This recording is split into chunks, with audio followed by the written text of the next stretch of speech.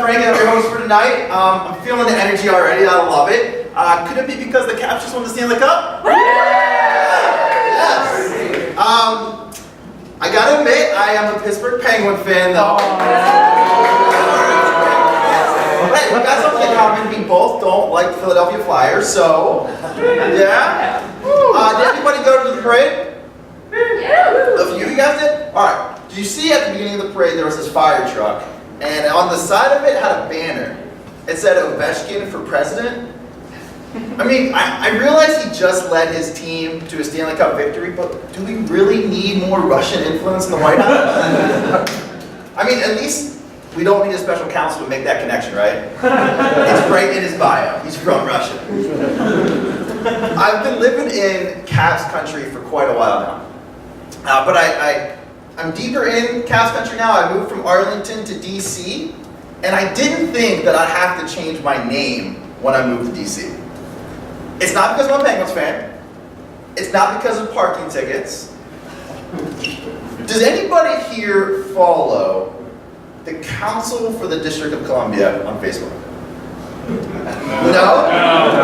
No? Alright, I'm a lawyer, so I realize ignorance of the law is not an offense. So I follow them. And at the beginning of April, they posted on their Facebook page a law. And what this law prohibits is this. It prohibits anyone named Doug or Douglas from dining in outdoor establishments. That's absurd. I did not think I'd have to sneak into bars at age 31. And I was at Morgan last night, and then the bouncer called me out. He was like, "Your name's Doug, isn't it?" I was like, "Yeah, how did you know?" He's like, "Your fake ID doesn't look anything like you." So the Council of the District of Columbia, they did post that on their Facebook page, okay? That was their April Fool's joke though. Which I think makes that even worse. Like that exemplifies how Dougs are portrayed in society. As some sort of wet blanket. Some of you guys might be familiar with this Bud Light commercial. There's this escaped prisoner. And he comes back to prison for some reason, okay? But this time, he's carrying Bud Light. And there's this guy over in the corner of the prison cell who asks him, "Why did you come back to jail?" And the guy in the corner is met with like this chorus of yells from everybody else. And they're just like, "Shut up, Doug!" Why does that guy have to be named Doug? Why can't Doug be bringing Bud Light? I don't know. This year though, so I am starting a Doug movement, okay? Changing the spelling of Doug, just D-U-G, that's it. Just keeping it simple, alright? Maybe easier to translate, maybe easier to understand when I say it. A lot of people don't understand me when I say my name is Doug. I don't know why. I ordered takeout pizza a few weeks ago, okay? And I remember having to repeat my name a number of times on the phone to this guy. And I showed up. He's like, "We don't have any pizzas here for Doug." Like, I just talked to you. Who do you have pizzas here for? He goes down the list and he's like, "We have pizzas for Sean and Kevin, Lena, and Dog Dog."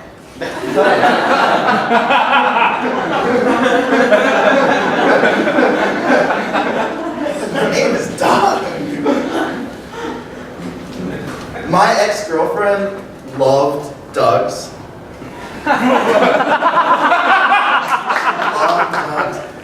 So again, my name is Doug Francken.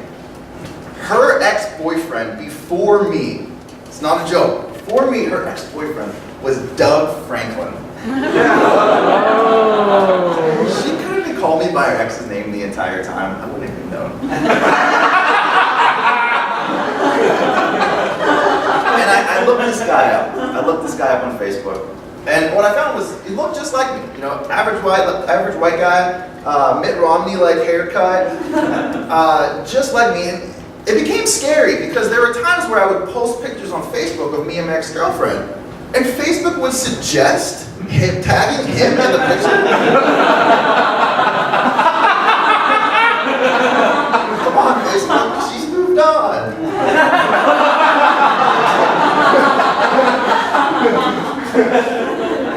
But I get it from her perspective, right? So, you break up with someone, you start listening to Adele, and like, I'm gonna find someone like you. She did. Same name, same everything. I don't think Adele contemplated an exact match though. I think I might have been the best rebound in dating history. I don't think I was her parents' favorite though. In their phone, I was listed as new Doug. He was listed as good Doug.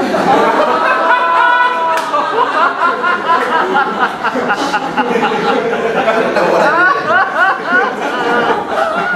did. So I started doing comedy about 14 months ago, and I did not expect that my friends and my family would be some of my harshest critics. I was so excited to tell some of my friends that I was doing stand-up, and a few of them responded by saying, "But you're like not even funny." I'm like, well, I don't shit on your aspirations. And my girlfriend, I practice in front of my girlfriend all the time when we're at home, and I cannot get her to laugh. I was practicing this one set, and in the middle of the set, she laughed. I didn't know what to do. I panicked. I was like, "Babe, is everything okay?" She's like, yeah, everything's fine. Like, just got a funny text. Come on. My friends do like me though, and they're giving me a ton of responsibilities. Two of my closest friends who are married named me the godfather of their baby Annabelle. And if you don't know what a godfather is, essentially I'm responsible for growing up a happy Catholic. Happy obviously being relative in the Catholic Church, but I'm perfect for it. I'm perfect for this. I am Catholic. Catholic ever since I was a kid. I still am Catholic, primarily due to guilt and fear. Like, you guys know that feeling you get when you disappoint your parents? Yeah. That's how it feels every day to be Catholic. And that's why we go to Mass every single week. Because like, if we don't go to Mass, we feel like something bad's gonna happen to us. So this one week, for example, I didn't go to Mass. My milk spoiled. Coincidence? Probably not. I mean, Jesus turned water into wine. You can turn milk into cheese. And I went grocery shopping in DC recently, and if you don't know, DC has a 5-cent charge per plastic bag. And I was in the self-checkout line, and I thought to myself, I could totally get away with not paying for this.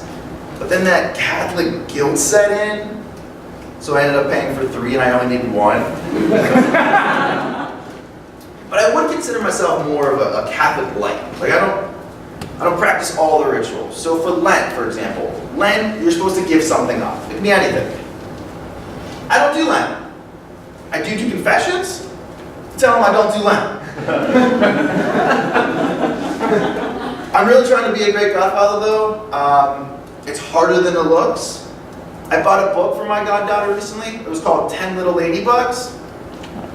And rookie godfather mistake, I didn't read the book before I bought it.